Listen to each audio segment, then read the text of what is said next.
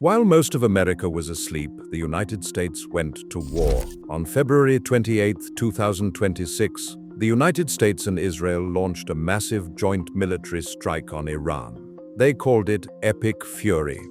Within hours, Iran's supreme leader, the most powerful man in the country, was dead. He was killed in an airstrike on his compound in Tehran. Iran fired back. Missiles hit United States military bases in Kuwait, Bahrain, Qatar, and Saudi Arabia. 3 American soldiers were killed. 5 more were seriously wounded. Airports in Dubai were damaged. Hotels were struck. The Strait of Hormuz, where 20% of the world's oil flows, is now under threat of being shut down. And this is only day 2. But here is what the news will not tell you. Every single time America goes to war, there is a group of people who carry the heaviest burden, make the greatest sacrifice, and receive the least in return. And if you do not know who that group is by now, you have not been paying attention. Before we go any further, subscribe to Black Journals now. Content like this gets suppressed. Subscribing is the only way to make sure you see the rest of this series. Hit the bell, and let's get into what they don't want you connecting. Let's lay out what happened, because the media is already spinning this in 6 different directions, and you deserve the raw truth.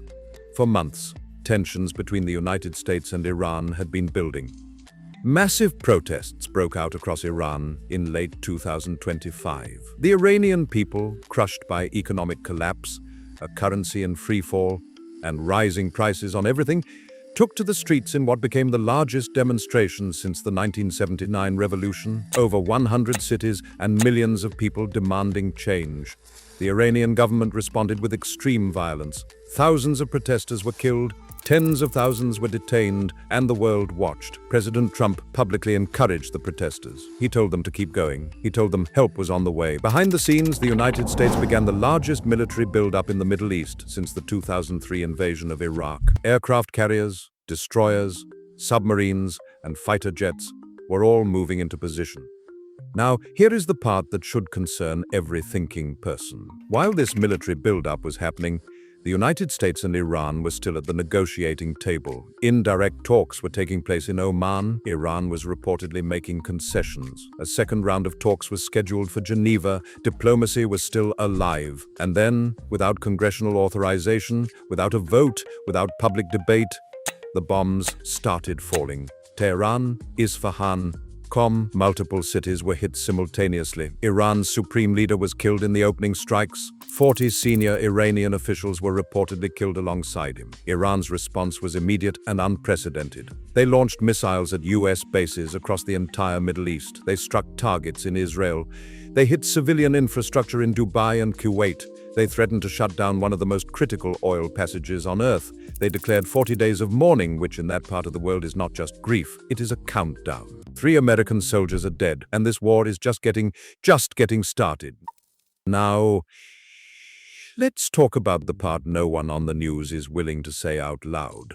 There is a fact about the American military that gets buried every single time this country beats the drums of war. And that fact is this. Black Americans are vastly overrepresented in the United States Armed Forces. Black people make up roughly 14% of the American population. But in the United States Army, the branch most likely to see ground combat, Black Americans accounted for nearly 25% of all new recruits in 2024, 1 out of every 4. In the overall active duty force, Black service members make up roughly 17%. That's higher than our share of the population, and when you look at enlisted ranks, the soldiers on the ground, the ones in the line of fire, the numbers are even more disproportionate. This didn't happen by accident. For generations, the military has been one of the few institutions in America that offered Black men and women a path, a paycheck, job training, healthcare, education benefits, and a sense of purpose in a country that routinely denies all of those things in civilian life. When the factories closed, when the schools failed, when the neighborhoods were gutted by policy, the recruiter was always there. And now, those recruits are stationed across the Middle East. In Kuwait, where 3 soldiers just died, in Bahrain, in Qatar, in bases that Iran has already hit and has promised to hit again. Let that sit for a moment. But this is not new. This is a pattern so old it is woven into the fabric of this country. And if you have been watching this channel, you already know the history. In the Revolutionary War, black men fought for America's independence and were returned to chains when the fighting stopped. In the Civil War, nearly 200,000 black soldiers fought to end slavery and were handed Jim Crow instead of freedom. In World War I, black soldiers fought for democracy in Europe and came home to race riots, lynchings, and the Red Summer of 1919.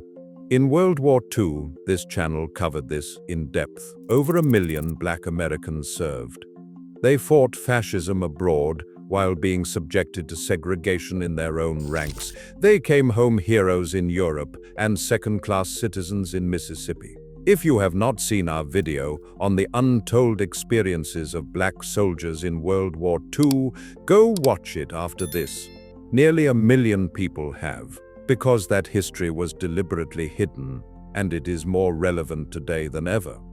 In Vietnam, black soldiers made up 11% of the population but suffered a disproportionate share of combat deaths in the early years of the war. Muhammad Ali, one of the greatest athletes to ever live, refused to go. He said something that still echoes today. He questioned why he should travel 10,000 miles to fight people who had never done anything to him, while the people oppressing him were right here at home. They stripped him of his title. They tried to break him, but history proved him right. In Iraq, black soldiers served in the most dangerous forward units. They came home to a country that would soon plunge them into the foreclosure crisis, defund their schools, and expand the prison system that would swallow their brothers and sons. And now, Iran, the names of those 3 dead soldiers have not been widely released yet, I promise you this.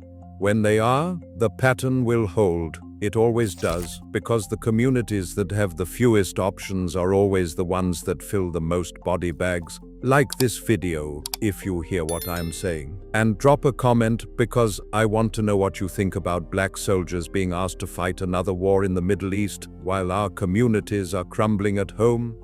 Now let's talk about what this war is about to do to your wallet, because wars aren't just fought with missiles, they are fought with your money. Iran has threatened to close the Strait of Hormuz. If that happens, and military analysts say Iran has the capability to at least disrupt traffic, you're looking at a global oil crisis. Roughly 1/5 of the world's petroleum passes through that narrow waterway. When oil supply gets disrupted, gas prices don't just rise, they explode. And when gas prices spike, everything else follows. Transportation costs go up, food prices go up, the cost of every single product that moves by truck, which is almost everything you buy, goes up. This is called an inflation shock, and we already lived through one. From 2022 to 2024, black communities were hit hardest by inflation. Groceries, rent, utilities. The people with the least cushion absorbed the greatest blow. Now imagine that happening again, but worse, because this time it is not supply chain disruptions from a pandemic. It is an active war in the most oil-sensitive region on Earth. And here is the part that should make you furious. The Iraq War cost the United States over $2 trillion. Some estimates put the total cost, including long-term veteran care and interest on the debt, at over $3 trillion. $3 trillion. Exposed in broad daylight, exposed by the fact that when it is time to fund a war, the money appears overnight. But when black communities ask for investment in schools, in infrastructure, in healthcare, in reparations, suddenly the vault is empty. Suddenly we are told there is no money. Suddenly we are told to be patient. They found trillions to rebuild Iraq. They never found a fraction of that to rebuild the south side of Chicago, or East St. Louis, or the Mississippi Delta, or Flint, or any of the hundreds of black communities that have been systematically drained of resources for generations. And now we are watching the same machine gear up again. Military budgets are expanding. Domestic budgets are shrinking, education funding is on the chopping block, social programs are being gutted, DEI programs are being dismantled, and black soldiers are being sent overseas disproportionately, while the communities they left behind get nothing. This is not a coincidence. This is how the machine works. It always has. The leaders we cover on this channel, the ones they tried to silence, the ones they surveilled, the ones they assassinated, saw this coming. Every single one of them. Malcolm X understood, more than perhaps anyone, the connection between American imperialism abroad and racial oppression at home. He spoke about it openly. He challenged Black Americans to see themselves not as a minority in America, but as part of a global majority of non-white people being exploited by the same systems. He warned that the same government that bombs nations overseas is the same government that brutalizes its own people at home. That was the 1960s, and nothing has changed. Dr. Martin Luther King Jr., a man most people only know for one speech, gave perhaps his most important address in April of 1967. It was called Beyond Vietnam, and it almost destroyed him. In that speech, King called the United States government the greatest purveyor of violence in the world. He connected military spending to domestic poverty. He said you cannot spend hundreds of billions on war and claim you do not have the resources to address poverty, education, and inequality at home. The media turned on him. His allies distanced themselves, and less than a year later, he was dead. Minister Farrakhan has spoken for decades about the use of black soldiers as cannon fodder in wars that serve interests completely disconnected from the black community. He has challenged black men and women to ask a simple question: who benefits from these wars, and who pays the price? Muhammad Ali put his career, his freedom, and his legacy on the line to answer that question.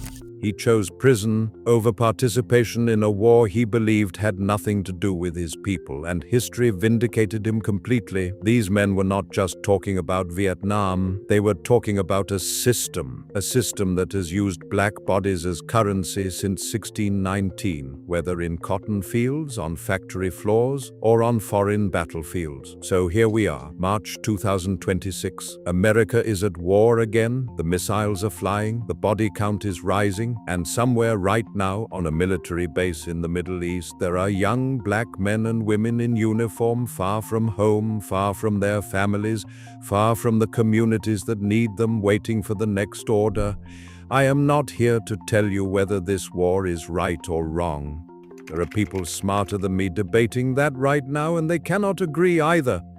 But I am here to tell you this: every time this country goes to war, Black America pays a price that never gets calculated. We send more of our people, we lose more of our people, and when the fighting stops, we get forgotten. That is not opinion. That is a pattern documented by 250 years of American history. So while the news talks about missiles and regime change and oil prices, I need you to think about something deeper. I need you to ask the question that Malcolm asked, that King asked, that Ali asked: who benefits from this and who pays? Because the answer has not changed in centuries. Share this video with every black person you know. Subscribe to this channel. We are going to stay on this story because the mainstream media will not cover the angle that matters most to us. Hit the like button, drop a comment, tell me what you think, and I will see you in the next one.